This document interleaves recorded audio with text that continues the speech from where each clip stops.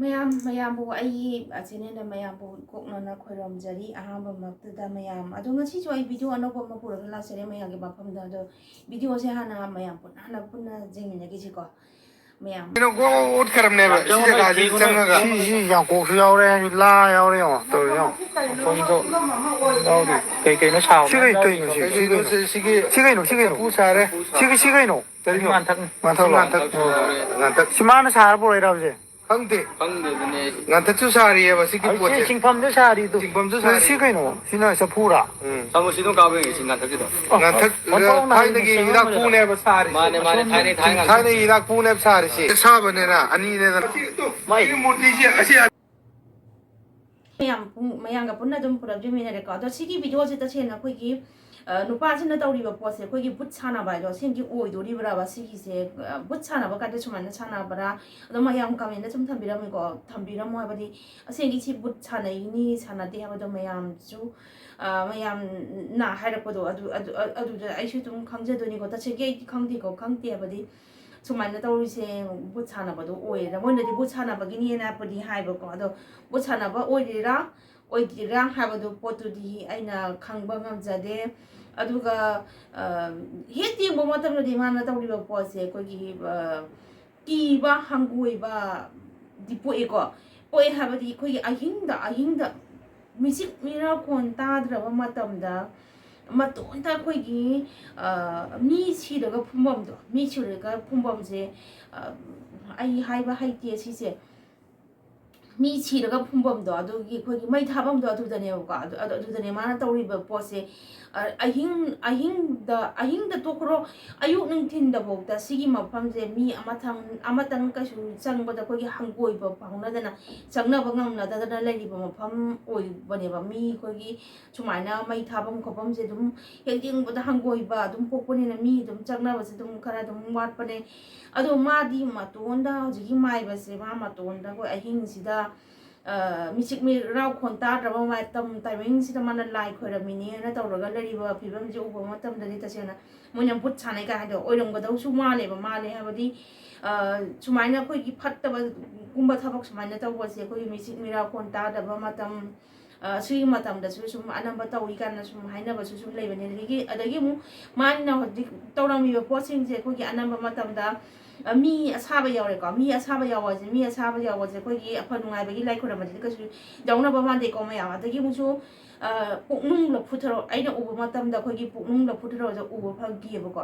ꯑꯗꯣ ꯄꯨꯛꯅꯨꯡꯒꯤ ꯂꯐꯨꯊꯔꯣ ꯍꯥꯏꯕꯁꯦ ꯑꯇꯩ ꯂꯐꯨꯊꯔꯣꯗꯨꯗꯤ ꯑꯩꯈꯣꯏꯒꯤ ꯆꯥꯕ ꯑꯃꯗ ꯑꯗꯨꯝ ꯆꯥꯅꯕꯅꯦ ꯑꯗꯨꯒ ꯍꯣꯏ ꯄꯨꯛꯅꯨꯡꯒꯤ ꯂꯐꯨꯊꯔꯣꯁꯨ ꯆꯥꯅꯗꯦ ꯍꯥꯏꯕꯗꯤ ꯅꯠꯇꯦ ꯆꯥꯅꯔꯒꯁꯨ ꯁꯤꯒꯤ ꯄꯣꯠꯁꯦ ꯑꯩꯈꯣꯏꯒꯤ ꯂꯥꯏ ꯇꯤꯟ ꯈꯣꯏꯔꯝꯕ ꯍꯤꯗꯥꯛ ꯀꯔꯤ ꯀꯔꯥ ꯑꯩꯈꯣꯏꯒꯤ ꯁꯤꯖꯤꯟꯅꯕ ꯃꯇꯝꯗ ꯍꯤꯗꯥꯛ ꯁꯦꯝꯕ ꯃꯇꯝꯗ ꯁꯤꯒꯤ ꯂꯐꯨꯊꯔꯣꯁꯦ ꯁꯤꯖꯤꯟꯅꯩ ꯑꯗꯩ ꯑꯩꯈꯣꯏꯒꯤ ꯂꯥꯏ ꯇꯤꯟ ꯈꯣꯏꯔꯝꯕꯗ ꯄꯨꯛꯅꯨꯡꯒꯤ ꯂꯐꯨꯊꯔꯣꯁꯦ ꯁꯤꯁꯤꯃ ꯁꯤꯖꯤꯟꯅꯩ ꯑꯗꯨꯅ ꯈꯪꯗꯕ ꯏꯆꯤꯟ ꯏꯅꯥꯎꯁꯤꯡꯁꯨ ꯁꯨꯝ ꯈꯪꯕꯤꯌꯨ ꯍꯥꯏꯕꯗꯤ ꯑꯗꯨꯝ ꯈꯪꯕꯗ ꯑꯗꯨꯝ ꯀꯥꯟꯅꯕ ꯄꯣꯠꯅꯦꯕ ꯑꯗꯒꯤ ꯁꯤꯁꯤꯅ ꯀꯔꯤꯗ ꯁꯤꯖꯤꯟꯅꯩ ꯁꯤꯅ ꯀꯔꯤꯗ ꯁꯤꯖꯤꯟꯅꯗꯦ ꯀꯥꯏꯅ ꯑꯗꯒꯤ ꯑꯃꯨꯛ ꯑꯩꯈꯣꯏꯒꯤ ꯃꯤꯒꯤ ꯊꯕꯛꯗꯣ ꯑꯗꯨꯗ ꯑꯩꯈꯣꯏꯒꯤ ꯐꯅꯦꯛꯅꯦ ꯑꯗꯒꯤ ꯑꯩꯈꯣꯏꯒꯤ ꯐꯤꯅꯦꯁꯨ ꯂꯩꯕꯁꯨ ꯎꯈꯤꯕꯀꯣ ꯑꯗꯣ ꯑꯁꯤꯒꯤ ꯐꯅꯦꯛꯀ ꯐꯤꯒꯁꯦ ꯑꯩꯅ ꯁꯨꯝ ꯈꯟꯕ ꯃꯇꯝꯗ ꯃꯥꯅ ꯑꯩꯈꯣꯏꯒꯤ ꯀꯔꯤꯅꯣꯝꯗꯤ ꯇꯧꯔꯦ ꯍꯥꯏꯁꯦ ꯐꯅꯦꯛꯀ ꯐꯤꯒꯁꯦ ꯑꯩꯈꯣꯏꯒꯤ ꯃꯤ ꯉꯥꯎꯍꯟꯗꯣꯔꯤꯕ꯭ꯔꯥ ꯀꯩꯗꯧꯗꯣꯔꯤꯕꯅꯣ ꯈꯪꯗ꯭ꯔꯦ ꯑꯗꯣ ꯇꯁꯦꯡꯅ ꯑꯩꯈꯣꯏꯒꯤ ꯅꯨꯄꯤ ꯑꯣꯏꯕꯤꯁꯤꯡ ꯑꯣꯏꯒꯦꯔꯥ ꯅꯨꯄꯥꯁꯤꯡ ꯑꯣꯏꯒꯦꯔꯥ ꯑꯩꯈꯣꯏꯒꯤ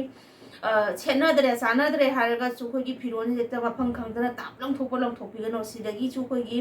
ꯁꯨꯃꯥꯏꯅ ꯐꯠꯇꯕ ꯇꯧꯕꯒꯤ ꯈꯨꯗꯣꯡꯆꯥꯕꯁꯦ ꯌꯥꯝꯅ ꯐꯪꯕꯅꯦꯕꯀꯣ ꯑꯗꯨꯅ ꯂꯪꯊꯣꯛꯄ ꯈꯣꯠꯄ ꯇꯧꯈ꯭ꯔꯒꯗꯤ ꯑꯩꯒꯤ ꯁꯦꯠꯅꯕ ꯆꯥꯅꯕ ꯐꯤꯔꯣꯜꯁꯦ ꯑꯐꯕ ꯃꯤꯗꯗꯤ ꯍꯣꯏ ꯀꯩꯁꯨ ꯈꯟꯗꯕꯗ ꯐꯠꯇꯕ ꯃꯤꯗꯗꯤ ꯁꯤꯒꯤ ꯄꯣꯠꯁꯦ ꯂꯧꯔꯒ ꯈꯨꯗꯣꯡꯆꯥꯕ ꯁꯨꯃꯥꯏꯅ ꯑꯩꯈꯣꯏꯒꯤ ꯉꯥꯎꯍꯟꯕ ꯑꯣꯏꯒꯦꯔꯥ ꯑꯗꯒꯤ ꯃꯤ ꯉꯥꯎꯍꯟꯕ ꯑꯣꯏꯒꯦꯔꯥ ꯀꯩꯗꯧꯒꯦꯒ ꯁꯤꯒꯤ ꯄꯣꯠꯁꯤꯗꯒꯤ ꯈꯨꯗꯣꯡꯆꯥꯕꯁꯨ ꯃꯌꯥꯝ ꯐꯪꯕꯅꯦꯕꯀꯣ ꯑꯗꯨꯅ ꯃꯌꯥꯝ ꯑꯩꯈꯣꯏꯒꯤ ꯐꯠꯇꯕ ꯁꯦꯠꯅꯗꯦ ꯆꯥꯅꯗꯦꯅ ꯍꯥꯏꯔꯒꯁꯨ ꯑꯩꯈꯣꯏꯒꯤ ꯐꯤꯔꯣꯜꯁꯦ ꯇꯥꯞꯁꯨ ꯑꯗꯨꯝ ꯂꯪꯊꯣꯛꯀꯅꯨ ꯑꯗꯣ ꯃꯥꯅꯁꯨ ꯍꯧꯖꯤꯛ ꯉꯁꯥꯏꯒꯤꯗ ꯌꯥꯎꯔꯤꯗꯣ ꯑꯃꯒ ꯐꯤ ꯑꯃꯒ ꯌꯥꯎꯔꯦꯀꯣ ꯑꯗꯣ ꯁꯤ ꯀꯅꯥꯅ ꯁꯦꯠꯄꯒꯤ ꯃꯐꯤ ꯃꯔꯣꯟ ꯑꯣꯏꯔꯤꯅꯣ ꯑꯁꯤꯒꯤ ꯃꯤꯁꯤꯃꯁꯤ ꯑꯁꯤꯒꯤ ꯐꯤꯗꯨꯃ ꯁꯦꯠꯄ ꯆꯥꯕ ꯃꯤꯗꯣ ꯃꯄꯨꯗꯣ ꯑꯗꯨꯒꯤ ꯐꯤꯗꯨꯒꯤ ꯃꯄꯨꯗꯨꯗ ꯀꯩꯅꯣꯃ ꯃꯥ ꯁꯣꯏꯗꯅ ꯀꯩꯅꯣꯃ ꯇꯧꯅꯉꯥꯏꯒꯤꯁꯨ ꯑꯣꯏꯔꯝꯕꯁꯨ ꯌꯥꯏ ꯑꯗꯒꯤ ꯉꯁꯥꯏ ꯍꯥꯏꯐꯦꯠꯁꯨ ꯑꯃꯨꯛ ꯑꯩꯈꯣꯏꯒꯤ ꯅꯨꯄꯥ ꯑꯃꯅ ꯃꯆꯟꯅꯨꯄꯤ ꯂꯩꯈꯤꯗꯕꯗꯒꯤ ꯑꯁꯤ ꯊꯣꯡ ꯊꯤꯡꯗꯕꯗꯒꯤ ꯑꯩꯈꯣꯏꯒꯤ sumaina asi na mayam jawbadagi si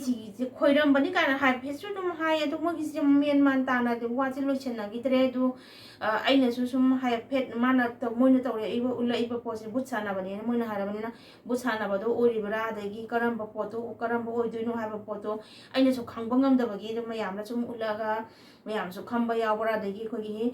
kamen da chini ha thabiram mo ai su khangja hoge matung da du gi tasena khogi butsana ba mi orega di ko khogi hoji asuk yamna wana raba timing asuk amna mikap mirau khon na thalaba iramdam mikap mirau khon na thamlaba iramdam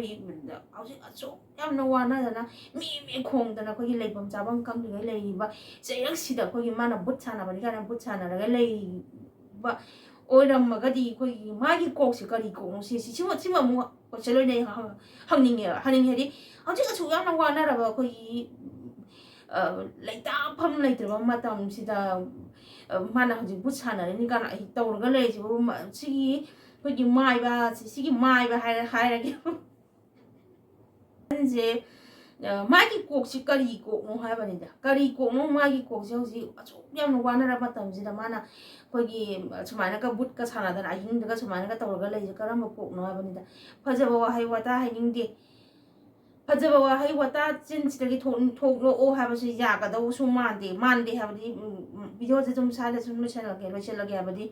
mana tawriba nature se magi tawriba nature jena chinje kogi afaba wahai wata andi nungsina nganingbagi kanoduma aingonda pokte habadi aso wantana leiba matamsida mana tawriba pose Bhoot sanare angang nati habanida ma se angang nate panayamna sahi je senior oirabani ado akoina afaba thabak tawraga akoina mata akoigi matawsi cha chu ogoleba mayamsina mataw tamhangadra haraga asuk ahalo mana gyan tadrige mana phataba thabak tawrabase tung da hore bi cha chu singena u matamda gatha magi makok tu gi kano du laurani haba hagolai basingje akoigi afaba lambida pusangadawdo gatha magi tawriba nature do adu hagolai ba mayamse lona laurani mi phataba tawraga kari kana ba phangge habanida mi mingonda phataba thabak tawraga aingonda koigi oijari se kari no ba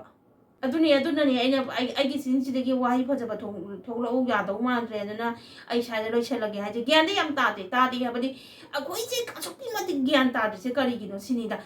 akoi ahal oiba akoina hogolei beisa hainau singja afaba lambida pusanbiramaga moina muk tungdan lakata beisa singja mu moina muk afaba lambida pusannabagi lambido poramdo koina japli gadawne akoina sum phataba sum tabak tawraga isa isu singja kari afaba no moina tawraka dri sinida mayami moina tawriba nature se pamdi ta sena I pamde asumba chalo degi khogi pangana wana suraga hingba punsi degi kogi oidaba mingonda tak tawwa oidaba wangangba chu ai goina pamdade na satba punsi degi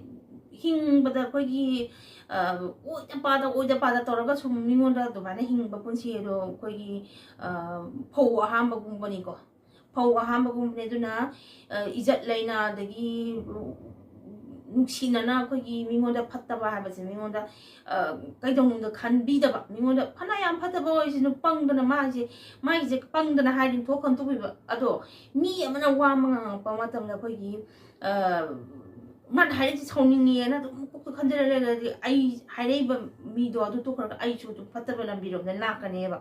ado kainom harapa matamda achumba bari yes mai sume ai chu mana haiba posa next time ai haige afaba ragadi adu mak sat khan khalawgoda adagi mu mina phattaba haredana ko ado aina mtang ahamdadi enang de silale kholi haiga do adu yadredana bas magini ai si wa haijam haibani ko ado magini haiba khantoga mana imona phattaba haina ai chu phattana dum khanja lagari ai chu maondagi ai chu phattaba longna doineba ma panga haijani thokhan tokiba ma panga haijagi harini haiba ꯇꯣ ꯈꯟꯗꯣꯛꯈꯤꯕ ꯑꯗꯨꯃꯥꯏꯅ ꯁꯨꯝ ꯈꯜꯂꯒ ꯂꯩꯕ ꯃꯤꯗꯣ ꯀꯩꯗꯧꯅꯨꯡꯗ ꯑꯩꯈꯣꯏꯒꯤ ꯐꯠꯇꯕ ꯍꯥꯏꯕꯁꯦ ꯀꯩꯗꯧꯅꯨꯡꯗ ꯐꯠꯇꯕ ꯂꯣꯝꯗꯁꯨ ꯆꯠꯂꯣꯏ ꯑꯗꯒꯤ ꯑꯩꯈꯣꯏꯒꯤ ꯋꯥꯈꯜꯁꯨ ꯑꯩꯈꯣꯏꯒꯤ ꯑꯗꯨꯃꯥꯏꯅ ꯑꯗꯨꯝ ꯈꯟꯇꯣꯛꯑꯕꯅꯤꯅ ꯑꯩꯈꯣꯏꯒꯤ ꯋꯥꯈꯜꯁꯨ ꯑꯗꯨꯝ ꯅꯨꯡꯉꯥꯏꯅ ꯑꯗꯒꯤ ꯁꯥꯞ ꯑꯣꯏꯅ ꯂꯩꯗꯣꯏꯅꯦꯕꯀꯣ ꯑꯗꯣ ꯃꯤꯅ ꯀꯩꯅꯣꯝ ꯍꯥꯏꯔ ꯈꯟꯖꯜꯂ ꯃꯤꯅ ꯀꯩꯅꯣꯝ ꯍꯥꯏꯔ ꯈꯟꯖꯜꯂ ꯁꯨꯝ ꯂꯩꯔꯒꯗꯤ ꯍꯣꯏ ꯇꯥꯏꯕꯪ ꯃꯤꯑꯣꯏꯕꯁꯦ ꯁꯥꯎꯅꯤꯡꯒꯅꯨ ꯍꯥꯏ ꯌꯥꯄꯣꯠꯇꯦ ꯑꯗꯒꯤ ꯂꯣꯏ ꯁꯥꯎꯅꯤꯡꯒꯗꯣꯏꯅꯦꯕ ꯑꯗꯣ ꯉꯥꯏꯍꯥꯛꯇꯤ ꯁꯥꯎꯅꯤꯡꯊꯣꯛꯑꯒꯁꯨ ꯉꯥꯏꯍꯥꯛꯇꯤ ꯁꯥꯎꯒꯗꯣꯏꯅꯤ ꯇꯥꯏꯕꯪ ꯃꯤꯑꯣꯏꯕꯁꯦ ꯁꯥꯎꯗ ꯌꯥꯄꯣꯠꯇꯦ ꯉꯥꯏꯍꯥꯛꯇꯤ ꯁꯥꯎꯗꯣꯛꯑꯣ ꯅꯦꯛꯁ ꯇꯥꯏꯝ ꯑꯐꯕ ꯑꯣꯏꯔꯒꯅ ꯑꯩ ꯂꯧꯁꯟꯕꯤꯔꯅꯤ ꯐꯠꯇꯕ ꯑꯣꯏꯔꯒꯅ ꯃꯥ ꯄꯪꯕꯩꯅꯦ ꯊꯣꯛ ꯈꯟꯇꯣꯛ ꯑꯗꯨꯝ ꯑꯩ ꯋꯥꯈꯜ ꯅꯨꯡꯉꯥꯏꯅ ꯑꯗꯨꯝ ꯂꯩꯔꯗꯧꯅꯤ ꯃꯌꯥꯝ ꯉꯁꯤꯗꯤ ꯚꯤꯗꯤꯑꯣꯁꯦ ꯁꯥꯏ ꯁꯨꯝ ꯂꯣꯏꯁꯤꯟꯖꯔꯒꯦꯀꯣ ꯃꯌꯥꯝ